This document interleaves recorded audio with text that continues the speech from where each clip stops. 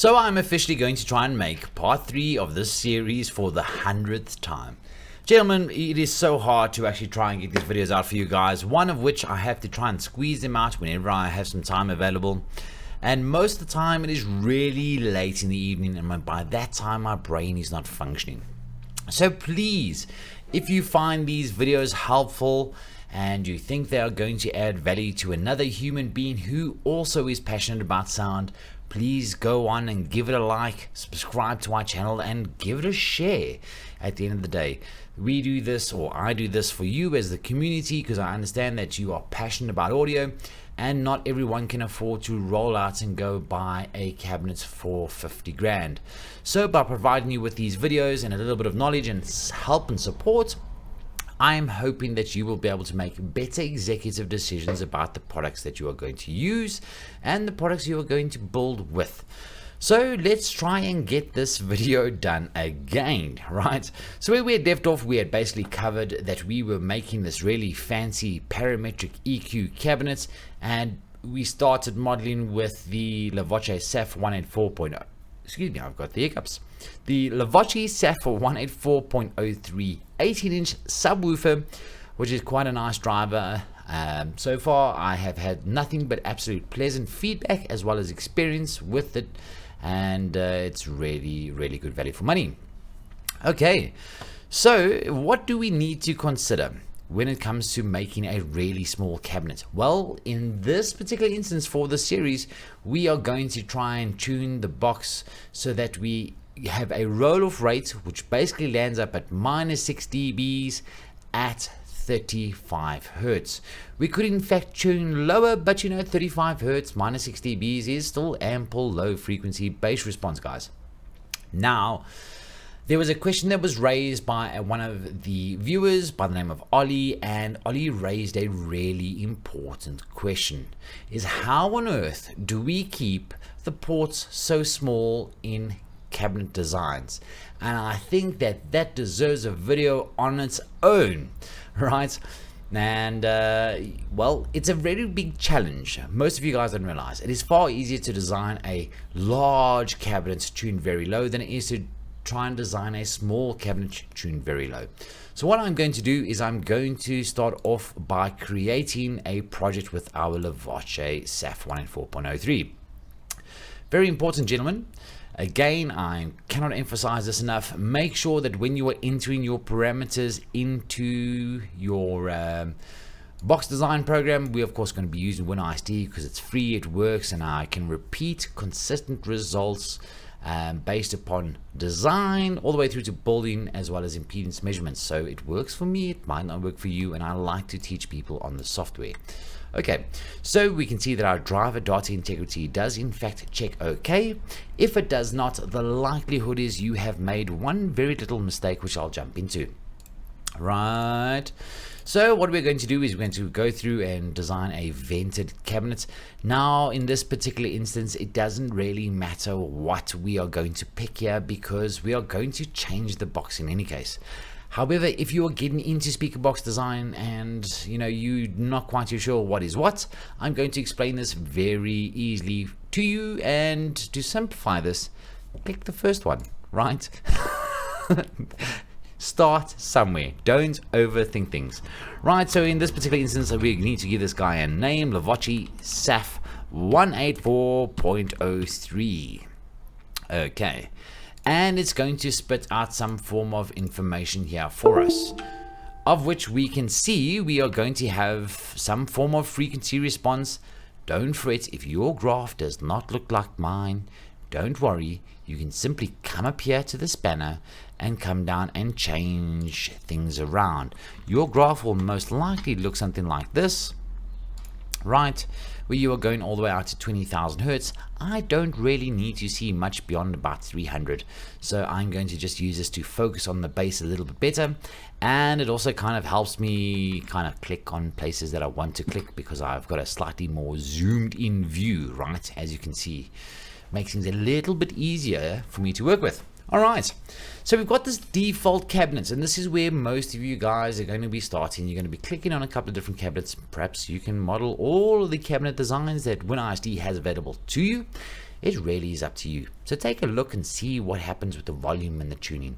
Those tunings essentially, in the old days when we had to work out things mathematically, we had some standardized formulas when it comes to electronics as well as cabinet designs, and so those parameters we use and that math we use because it simplified things a lot. But in reality, I could take this box for example right now, which is 120 liters, and I, if I wanted, could tune this to 10 hertz. It's really nothing stopping me or you. In fact, I could tune this to 50 hertz. It doesn't really matter, right?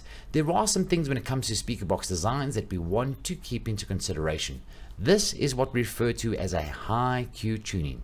Most of the car subwoofers, they have got really terrible parameters for one.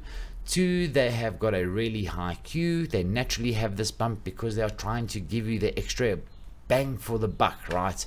But that's not what we really want, especially not in hi-fi and especially not in PA. In PA, we want something that looks closer to flat, right? We want something that's closer to flat and gradually rolls off. Now, our target for this particular exercise is going to be minus 6 dBs at 35 hertz. And if I come down to minus 6 dBs, right, we are 1 and, let's just call it 2 hertz off our target. In reality, that is actually good enough, guys. Like, if you are chasing after 1 or 2 hertz on a cabinet design, something is wrong with you and you are more OCD than I am and you have a problem. Okay, now something that's important to remember is that we can have a box of any size tuned to the exact same frequency. So what I'm going to do is I'm going to copy this project over 3 times to show you how this works, because in all 3 instances we are going to get a slightly different frequency response from our cabinet. Various size boxes, same tuning, right? So let's work with the first one. Let's leave it where it is. Let's go and take this out to 180 liters. Let's go and take the next one out to, let's say, I don't know, let's go really small and let's go 60 liters, which is tiny, guys. You will see that each one of our cabinets have got a slightly different frequency response. Okay, each one of our cabinets have also got a slightly different roll-off rate. Now this might seem a little bit mixed up, because when we talk about a first order enclosure or a second order enclosure, that roll-off rate is supposed to happen at a 12 dB or an 18 dB per octave, but you can see we land up with something quite different. Generally speaking, the nicest results that we can try and achieve is where we have got a very comfortable roll-off rate and it doesn't just suddenly drop off. Either one of these two would be okay. This guy over here, not really, because we are missing out on a lot of SPL.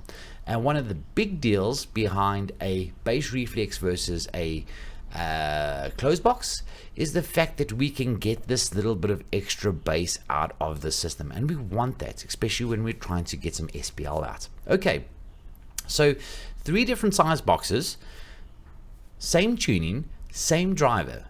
Why am I sharing this information with you? Well, it is important to understand that just because it's tuned to the same frequency doesn't mean we are going to get the same result in frequency. Very, very important to keep in mind. The next thing that we need to consider is what is happening with our vents, which kind of raises Ollie's question, is how on earth do we keep vents so small? This is possibly going to be one of the largest, hardest, toughest things that you are going to face when you are designing your hi-fi or whatever you're designing, is trying to get the port inside the box. 100% guaranteed at some point or another you are going to realize that speakers that have high levels of cone displacements in fact help produce low frequency. The problem with that is often, if not almost all times, we can't get the port inside the box, at least not in a straight line. So in this particular instance, Win ISD has kicked out a default round port. Let's start off on our smallest box, which is, which one was it? This little one, then we had this one, and then this one. All right, so let's okay, let's start off with the small one, right? So in order for us to tune a 35 hertz tuning to in a 60-liter box, WinISD is going to cough up a vent that needs to be 25.8 centimeters long. That is really not that bad. And if we imagine a ruler length in port, sounds great, right? But hang on a minute, we have some other problems that we have to deal with. Let's go and click on this guy here, because I think that was the medium-sized box, which it was indeed. Of which case, a box which is basically twice the volume, exactly the same tuning, our vent has actually become smaller. We are now sitting at 9.16 centimeters, less than a third of a ruler. That is even looking more appealing. And let's go and have a look at our ginormous oversized cabinet. We are now talking about a port which is 3.62 centimeters long. Ain't that very cool? So Wally, you can see that one of the first things that we need to address is our overall box volume will influence the length of the actual port itself. Something to keep in mind. A nice balanced driver will give you a really good start right off the bat, whereby you can actually fit the port and the driver into a box with a relatively flat tuning. The smaller the box, the longer the port, because we need to keep the Helmholtz resonance exactly the same. So that is the very first thing that we need to consider when designing a box, is if we know that we're going to run into problems with the size of the port, we may in fact need to modify the size of the enclosure. But let's go and have a look at why this is not necessarily as easy. First thing, let's talk about our loudness. Right now, we have a whole 1 watt going into our speaker. Okay. Now, to simplify things, I'm going to jump up in levels that is twice as loud. So what I'm going to do is I'm going to start off on 15 watts, right? We're going to start off on 15 watts for each one of these speakers, just to make the math a little bit simple, because we are going to jump up in 10 dB increments. Okay. Now, one of the things that starts to happen as we start to apply power is we are going to increase the level of our Excursion. Now, first thing I want to point out about the level of our Excursion right now, if you have the Lavoche SAF documents or PDF in front of you, you will notice that the Xmax is rated out to 13 millimeters and not that of 9.3 millimeters, which is what I have it as now. So let's go on and quickly go and fix this, right? And the reason why this parameter is slightly different, because two things happen when you enter in your driver details. One of which, you want to make sure, right, that the way you enter stuff in, oh my goodness, not you, let's go and try this again, right? Oh, heavens forbids, do I do it a third time? No, man. Table of contents, there we go, table of contents, slowly, click, right, operation success. Okay, when it comes to entering your driver's parameters within WinISD, there is a table of contents that basically shows you the order of things to enter in as you go along.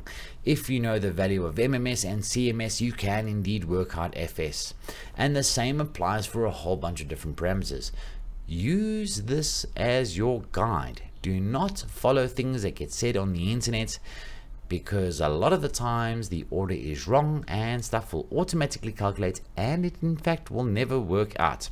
So going back to our driver itself, we have done exactly that. We have entered things in the suggested sequence that WinISD has given to us, of which we have entered in the height of the coil minus the gap height, and that in fact gives us 9.3 millimeters.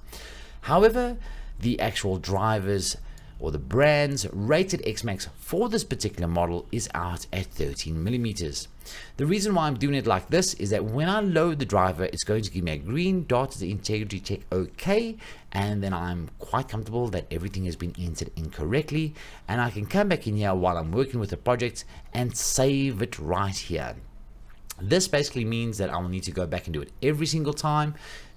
If I don't want to do it every single time and I want to make sure that, you know, everything's entered in, I can simply come up here to the driver database, load the driver, save it here, and then it will save that permanently. Okay, so what we then need to do is actually come down and do it for each one of these particular project files. So, you know, this is part and parcel. I should have done this in the first place, but I hadn't, so it's my own fault. Right, let's go and save this, and that one is needing to be adjusted. Yes. Right, parameters, and whoops-a-daisy, 13 millimeters. Right, so that I think now is all three, right? 1, 2, and 3. Okay, so that is fixed. So we're applying a whole whopping 15 watts to our speaker, and we can start to see that we are getting some form of cone displacement. Now, guys and girls, even at this low power, we need to consider things like vent velocity. We can see here right now that each one of these boxes, let's start off with our, what box was this? Which one? Our 60-liter box. In actuality, has less cone displacement, right, or less air velocity for that given size port. Then we have our medium-sized box, which has a slightly higher velocity, and then we have our large box, which has even more velocity. So now you can see that for the given size volume of the cabinet, the vent velocity is going to change for each one of these boxes, right? 120 liters sitting in the middle. Our very small cabinet is in fact sitting very low. That's kind of looking healthy, right? But let's go and turn on a little bit more power. Now, if I want to become twice as loud, I'm going to go from 15 watts out to 150 watts. Now, suddenly we are going to be posting and sharing some more realistically given driver output, right, for our systems. 150 watts. If we wanted to go twice as loud from here, we would need to utilize the full 1500 watts. Now again, if this is not looking like what I have over here, I've been recently teaching a student, and I always advise everyone that we teach is set your display, your vent velocity up to 16 meters per second. So when you see this, you know you need to make a change. But for the sake of this video, we are going to come back down here and we're going to change this so we can get a full idea. I'm going to change this to 40 meters per second, which is ghastly high. Why do we want to keep vent velocity below 16 meters per second? Well, it's really quite simple. Below 16 meters per second or at 16 meters per second, we don't really need to worry about vent noise and chuffing from the cabinet. Now there is some things that we can do, like put a bit of a rounded edge over and flare the port, which will actually help reduce the vent velocity and again help us shorten the overall length of the port, right? But in this instance, we're going to keep things simple, right? Because remember, we're going to be looking and considering work offline. No, I don't want to. Why are you doing this to me now, bro? Okay, let's go one for all for one, which won't open. But long story short, we have a rectangular port, or a slotted port, as you car audio people like to say. Okay, so we now have this vent velocity problem, which as we went twice as loud from 15 watts to 150 watts, things are starting to look erratic, in which case none of these speakers are actually keeping below our vent velocity. So what else has changed? Well, the other thing that's going to change is, of course, our cone displacement. We are starting to approach this back end, right? Below the tuning of the cabinet, we are going to experience the driver kind of being out of control. And I know for a fact that 99% of you have all experienced this if you are into PA.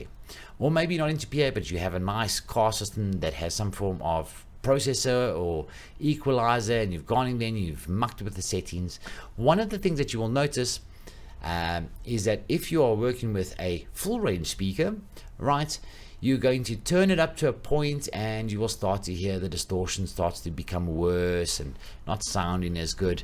But in reality, you're not really that loud, right? And the reason that you're experiencing a poor result is basically because of this back end of this driver. This back end of the driver is starting to become uncontrolled. So the way that we would fix this, And I'm sure you will notice that if you remove some of the bass, what basically happens is that we start to keep the cone under control and we stop it from exceeding Xmax or reaching Xmax for that fact. Now, there is a good thing and a bad thing when we do this, because one of which, controlling the driver indeed will help us with distortion and overall loudness that we can reach. The downside is we can dramatically affect the cooling capacity of the sub. Remember, if that speaker doesn't move and we put power into it, it is going to build up a lot of heat, and in a very short time you will cook that driver. And I know that a lot of you guys that are buying subs that are experiencing problems, you're going to experience one out of two things. One of which, you in fact are going to break the spider. You are going to literally dislocate the voice coil from the spider, or you will pull the whole spider off from the frame, even though that almost all of the brands right now in the markets, the South African market at least, are using high quality glues and epoxies. So when you break them, I'm telling you now, it's possibly your own fault. Right, the next thing that is going to happen is that you are going to be overshooting cone displacements, and your driver might not fail mechanically, but what happens is that the driver goes forward, right, starts to really peak up that cone excursion level, and the signal is changing, but you are sitting with a poorly designed box, and that driver basically has become a cannon. That speaker is still traveling forward when that signal has in fact turned around. Now what starts to happen is, well, it creates a bit of a problem. The speaker is basically, you are applying brakes on the signal and the speaker is still traveling. You are basically skidding on the road. Well, if I can use an analogy when it comes to speakers, hopefully you get what I'm saying. This is bad news, right? And in most instances, you are going to experience some form of DC offset. You are most likely going to be in some form of clipping, because I noticed that the red light district is real, and you guys like to disco in the red, and unfortunately all these things compile and collect and just make problems. Right now we already know that we have a problem, but let's go twice as loud again, guys, and let's take this driver out to its full power handling capacity and have a look what is actually happening here.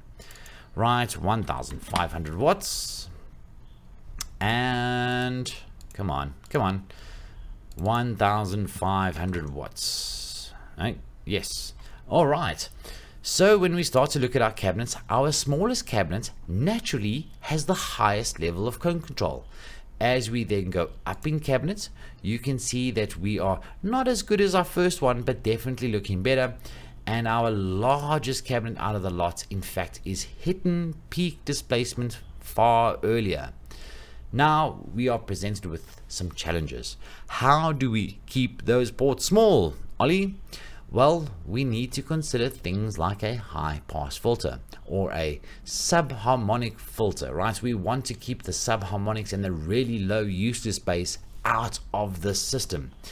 So let's go and do two things. Let's go and consider, firstly, by starting with our vents.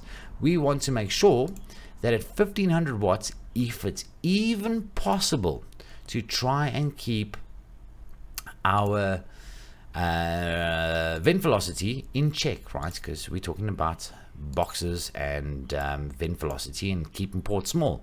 Okay, everything looks okay. Great.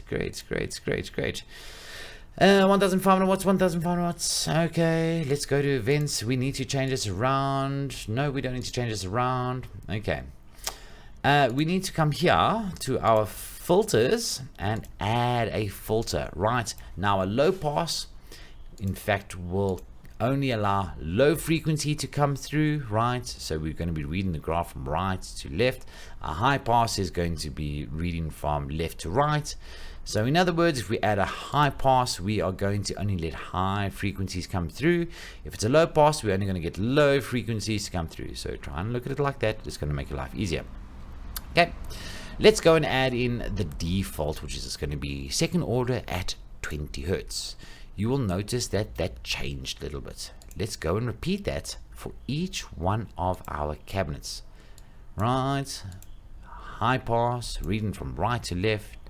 Default, bang, we had a small change there, and whoops, did I see this one up? And we are going to add a filter, and we are going to go to high pass, and we're going to leave it on the default. Right, so we've now done that to all 3 of our cabinets, and we are going to come down to our rear airport velocity. And while you might not see much of a difference, I want you to take a look at what happens once we start applying some more real world filters. Okay, before I change this any further, let's go and get to a vent which is roughly to what we're actually going to use, right? Which is going to be 524 millimeters, somewhere around there in terms of our box width. Right, so let's do 524 millimeters, and this is going to become even more apparent now. 524, right, 524. I need to make sure that that is rectangular or squared. Did I do that for the first one? Yes, I did. Right, 524.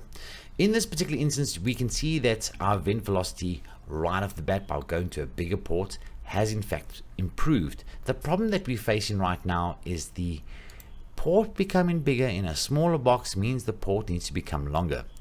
So in our, what box is this? Our really small box, you will notice that we have a vent which is 2 meters in length. Definitely not practical. Ollie, you're possibly running into something very similar to this, where your vent no longer fits in your box. And what most people do is that they will take the port right to the end of the backboard, and then they will turn the port 90 degrees and then extend it out a little bit further.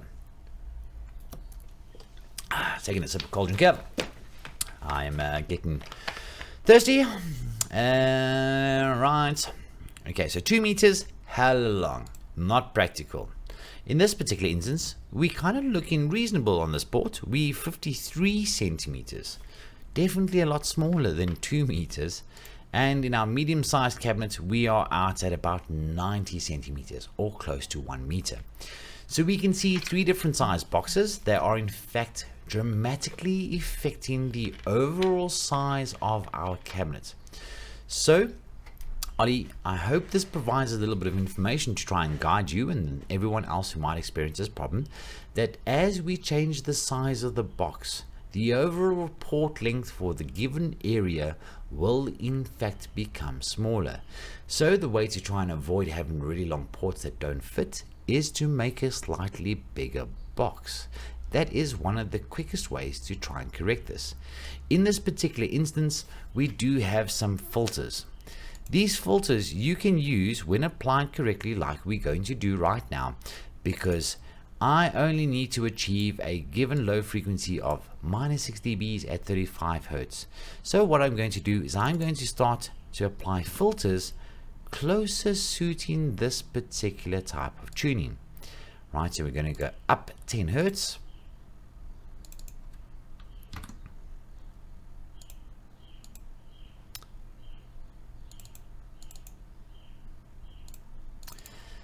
For each one of them, and suddenly all of these ports look much better.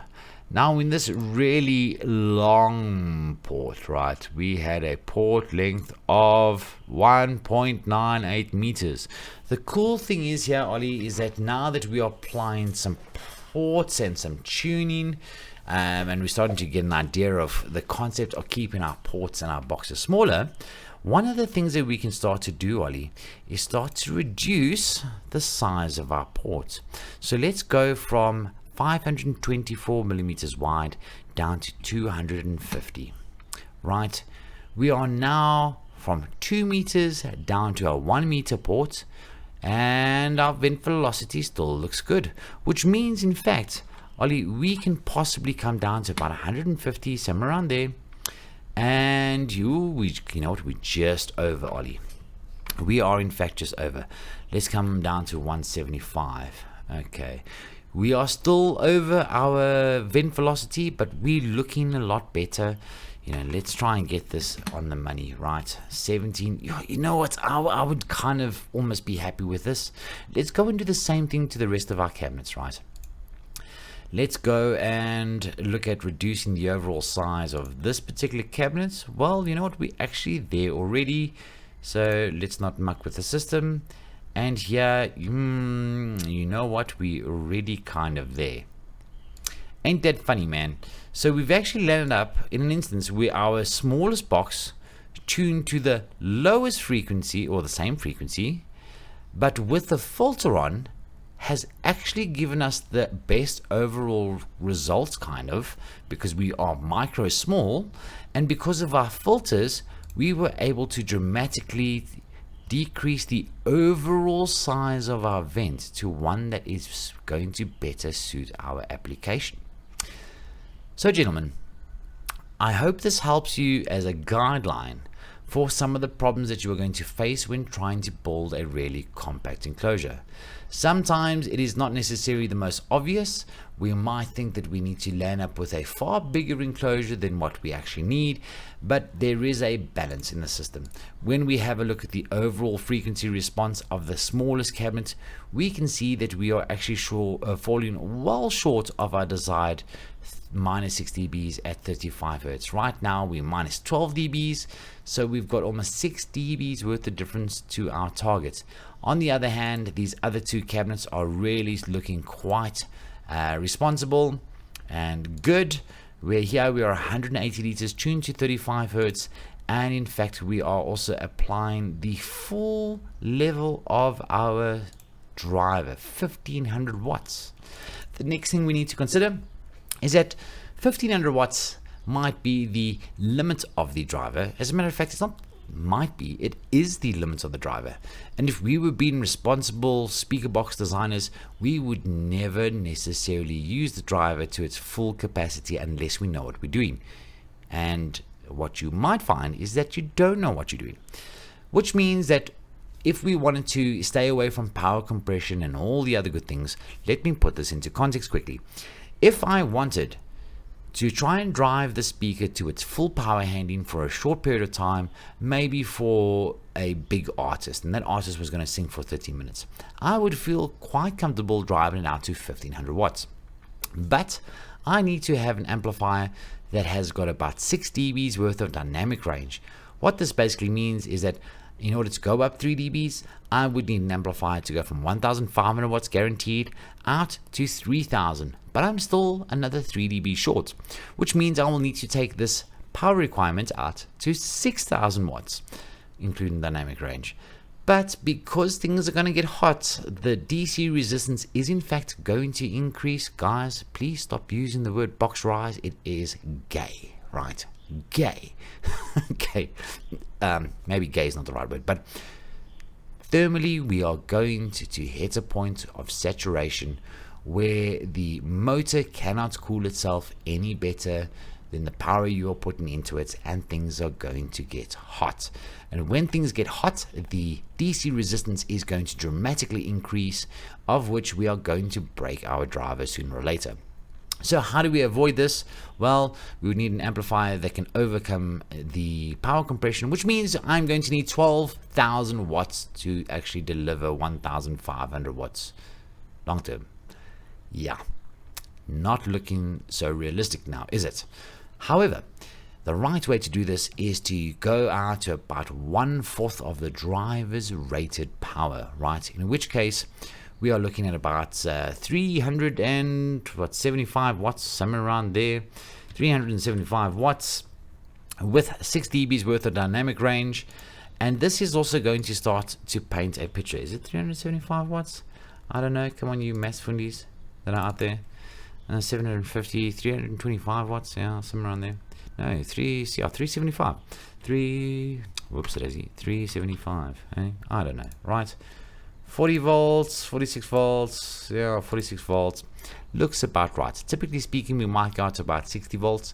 That is more than comfortable for most 18s. But you can also measure the power compression by sticking a thermal meter up the rectal side of your subwoofer and just turning up as you go along. Okay, so at these levels, once again, we need to take into consideration that cone excursion is going to be lower, and because cone excursion is low, we actually do not have a filter on one of these speakers. Ah, yes, we have not changed. Butterworth, second order, Butterworth, second order. Come here. No, second order. Oh, 3 hertz. That is supposed to be 30, you naughty boy. Right. And notice we have got more than enough cone control over our system. And in fact, Ollie, we are staying well away from this high levels of vent velocity. And if we are going to run our driver respectively again, we can in fact come back and start to make our ports even smaller again. Right, let's go out to 200. You know what, 200 is basically 16 meters per second. Let's go out to this guy here. Let's take this out to about 200 as well. A little bit high, 300. Right, you know, somewhere between, I don't know, 280. Cool, I will work with that. And our last cabinet, we can come down to what, maybe 100? Not quite 100. 120. You get the point. Okay, so because we are using things in a more respectable way for the bulk of our signal outside of those little, you know, beeps that happen, which mostly is in the upper end of the frequency spectrum, guys, where there's lots of dynamic range. You know, like M noise is a really good test because it looks at live music. Sub bass and bass, generally speaking, is quite constant in terms of the overall power handling. So we've gone from boxes that needed 2 meters to now no box longer than 40, and we have pretty much solved our problem. So when you pick up an 18 that happens to have one of these drivers in, and you see there is a 1500 watt amplifier, well, we're not really doing 1500 watts. We are more likely doing about 375 watts with 6 dBs worth of dynamic range. So there you go. Hopefully that explains some of the problems that you are experiencing and some of the problems that I 100% am going to have to deal with throughout the entirety of the series. If you have any other questions, please feel free to raise them, because we really need to get going within our cabinet design so you guys can follow along and enjoy. Thank you. Take care.